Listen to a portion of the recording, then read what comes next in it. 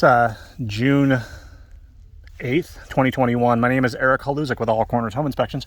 This is the crawl space evaluation for this single family home here in Cloverdale, Oregon. As with all the videos in this report, we would request that you view this video as supplemental to the written version of the report to which this video has been attached. At the time of inspection, there were a number of reportable challenges in this single family home's raised foundation crawl space. We'll do our best to detail those challenges here. First challenge that we'll note is that we have widespread rodent activity in the crawl space. Strong scent of rats that are present down here, along with lots of droppings and at least a couple of carcasses.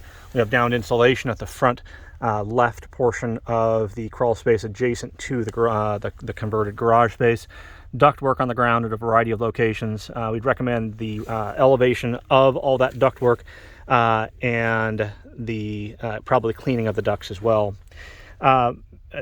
There's a clear vapor barrier on the ground, and a clear vapor barrier is a particular issue because if you have, in particular around the crawl space vents, if you have light coming in through the crawl space vents, the areas underneath the vapor barrier can become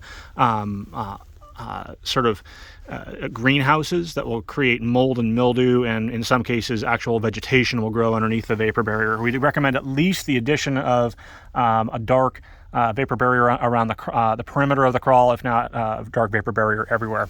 Finally, it's a sort of a rare scenario where most of the time when you have floor slope in a house, it becomes a little unsavory or dissatisfying because you can't point to a specific challenge, but in this case we can. There are quite a few beams, girders in the crawl space. The girders are these larger structures that support the floor joists. Let me see if I can get nice and close here to this one. This is a girder in the floor underneath sort of probably the front entry, underneath the hallway, entrance to the hallway at the first floor, that has significant gap at the bottom and then tightness at the top, meaning that we have a settling at this location. The beam adjacent to it has no break in the beam, but it is overspanned and is sagging, and the one at the front is actually in the same condition.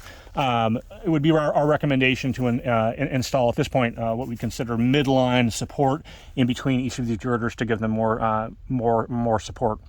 This has been Eric Haluzik with All Corners Home Inspection.